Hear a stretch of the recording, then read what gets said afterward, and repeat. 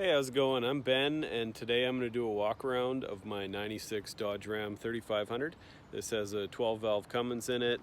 This thing I bought about a year ago, and it was a just dirty old beat up work truck. Had about 405,000 kilometers, which would be about 250,000 miles. But you could tell it had had a pretty tough life. It wasn't rusty, and everything was there and basically functional. So I decided to get it and have a sort of beater truck that I could put a quad in and that kind of thing. And it just completely snowballed out of control. So it's still a million miles away from being done.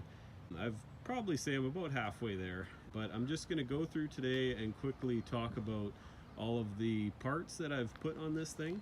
I won't really get into too much specifics about each part because I will be doing separate videos on each component, but just wanted to at least show you guys what I'm working on here and go from there. Most of the stuff I bought was from Power Driven Diesel. I've put a couple of new Group 31 Napa batteries, AC Delco batteries in here. The wiring is a complete mess in this truck. This will also be getting looked after. I have got all new hard brake lines that I put in. That was quite a big job. And then I've got braided and Kevlar lined brake hoses, which are the extended ones. I forget what brand those are, but I'll make a video about those as I go through all this stuff. It's got a Banks twin ram, the Power Driven Diesel Ultimate Towing Compound Kit, which is a K27, and a 369 SXE, both Borg Warners. I originally put that kit on the truck, and within 2 days blew the head gasket. So I had considered just pulling the head and getting it O-ringed and surfaced, but I figured, the truck has a fair bit of mileage on it, and there was some blow-by and stuff, so I decided to just pull the thing. I got the block honed, decked, and new cam bushing put in, and then I got the head surfaced, O-ringed, had a valve job done, got new rod bushings pressed in, and then I put all new Cummins bearings everywhere else in the main bearings, everything like that. Prior to putting on the turbos, I had pulled the head off, put a new head gasket, as well as ARP 2000 head studs, and it still blew almost immediately. So getting the machine work done was pretty much mandatory in my case. It's also got 5x16 injectors, 7mm delivery valves. I got a rack plug on the P pump, and I've got an AFC max travel kit. I have a AFC live fuel controller from Power Driven Diesel, which I've tried putting it on, and it's going to need a little bit more fiddling, so I'll have to revisit that. And then I've also got a Torque Tech overflow valve, which I will be putting on, and then a set of 3/4K governor springs to get that revving a little better. It also, of course, has the killer dowel pin tab, as well as the killer frost plug delete. And then I put in a Hamilton cams, they call it a daily driver cam, which is a 182/214, I believe, as well as the push rods, lifters, and valve springs that go along with that, 60-pound valve springs. I have a AFE Blade Runner GT intercooler. Obviously, it needs a new underhood mat, and this truck does run very cold, so anything I can do to heat it up a little quicker would be great. The other one dangled down, it was a mess, so that is out of there for now. It's got all new glass in it, as well as new regulators and motors on the side windows. The stock ones were pretty gross, so that was something that definitely had to go. It's got a pretty good stereo in it. It's a JL Audio with an HD5 amp, a 10W7 sub, 2 sets of JL Audio, I believe it's the C5 650s, so 6.5-inch speakers, and then I've got a Pioneer NEX 8400 head unit. It's been painted with Raptor liner, and I do need to touch up quite a few areas. I've had the hood off and on a few times, and the doors have some chips around them, and there's a few areas that need to be cleaned up a little bit. I still need to go in and POR 15 the frame and stuff, but for now it's there. The lift kit is a Carly Dominator 3.0. It's got new leafs, and then it's got 3-inch remote reservoir shocks, as you can see here. I still have to put in the long travel airbags, because these are basically, they call them light 3/4 ton springs. So if I was to put a camper on here, it would probably sag quite a bit. So I've got an airbag kit that's designed for sort of long travel stuff, and I'll go through and talk about all that later. Tires are 37 by 11.5 by 20 Nitto trail grapplers, and then I've got the XD Machete rims. It's got Recon tail lights, as well as a third brake light, and then marker lights on the sides of these. The exhaust is an MBRP XP 5-inch exhaust with a 6-inch tip, and I have opted for a muffler as well as compound turbos. So my goal with this thing is to be pretty quiet. I live in a tight neighborhood, and I don't want to annoy everybody when I come home at night. As it is, I wouldn't really even want it much louder than this, to be honest with you, so I would say that's about right.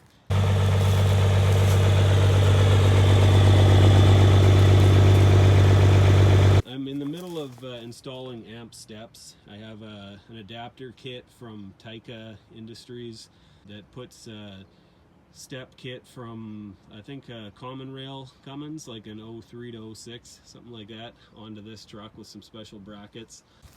These mirrors were put on. It originally had the metal frame type ones that attached to the door, and it had been run into a few things, so there was some little dents that I had to patch up. Actually, this truck had quite a few big dents. I bought a stud gun and a dent puller, and I still have a few areas to clean up, but pretty much got all the major stuff. Brakes are EBC pads and rotors, and then I've got the Dynatrac Dynalox free spin hub kit on here, which unfortunately they don't really stick out far enough. I'm not entirely sure what I'm going to do, but for now I'm just getting the truck running, so you know, it's a work in progress. I've also got 35 spline Yukon axles in the front axle, which is the CAD delete kit, so you don't have the 2-piece axle anymore. I put ARB air lockers front and rear. It's got 411 ring and pinions from Yukon, which I put those in by myself, and that was a monster of a job. It took me just days and days and days to get that done. So the interior is very much still a work in progress, but I pulled the interior basically right out and went a full layer of this kind of sound deadening here, which is the Noiko stuff off Amazon, and then on top of that I did a full layer of this I'm not sure if you can see that, but a full layer of closed cell foam right there. So I'm trying to soundproof this thing as much as I can, because these things are noisy. It's got a vinyl floor kit, which of course is filthy right now, and the reason I got that is I don't have to care about carpet anymore. The cab corners, or the B-pillars, and a few of the other voids inside the cab's structure have 6 cans of spray foam in it. The seat will be getting recovered in leather. I bought this really nice aged leather, which is going to look great in here. The plastics, this will all be getting recovered. Plastics will all be dismantled and painted and cleaned very thoroughly. I have rebuilt the transmission. I got a kit from Power Driven Diesel and did their 650 horse kit, which includes a triple disc torque converter and I went with a custom valve body so that I could lock up in any gear and shift between gears in lockup, and then also a whole bunch of upgrades. So the pressure plate is machined to give you an extra clutch plate and steel, and all sorts of little billet gadgets in there to beef everything up, and a new tranny pan, of course, and all that kind of stuff. I will be still rebuilding the transfer case, which definitely is leaking and doesn't shift that easily, so I would say is very much ready for it. I also have a boost gauge, tranny temp gauge, and EGT sitting in my shop waiting to be installed. This is all pretty new, having this thing back on the road, and there's been a million bugs and kinks to work out, so those have not been installed, but that'll be upcoming soon. Okay, so another thing I should mention is the steering has been upgraded very substantially on this truck. I went with a Synergy HD steering kit. It's got Dynatrac HD ball joints, and also, I guess, new U-joints when I was putting in the new 35 spline axles. So everything has been pretty beefed up in there. I also went with a PSC XD steering gear, as well as a new PSC pump and lines. So I've also put in a a BD extrude tranny cooler, which is mounted up underneath here. I just welded some tabs off the frame. This all still needs to get painted and stuff when I paint the frame, but it's up there waiting to be plumbed in or wired in. You can see the wires there. It's already plumbed in though. There's the muffler for the MBRP exhaust, but I've got a pack brake 5-inch exhaust brake to go in up here, which I'll be putting in.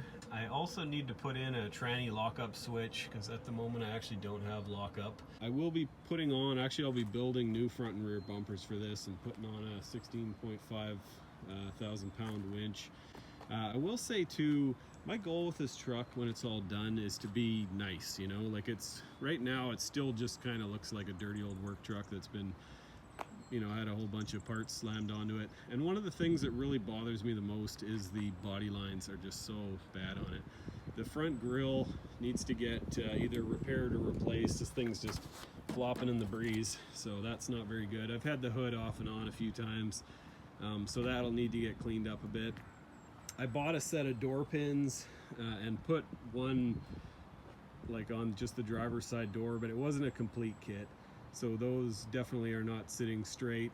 And also on the bed, for whatever reason, it's shuffled over to the passenger side a little bit. Not sure if you can tell that. So I'll probably be pulling the box off when I paint the frame. There was some pretty bad gaps back here, so I filled this in with some fiberglass Bondo body filler type stuff before I painted it.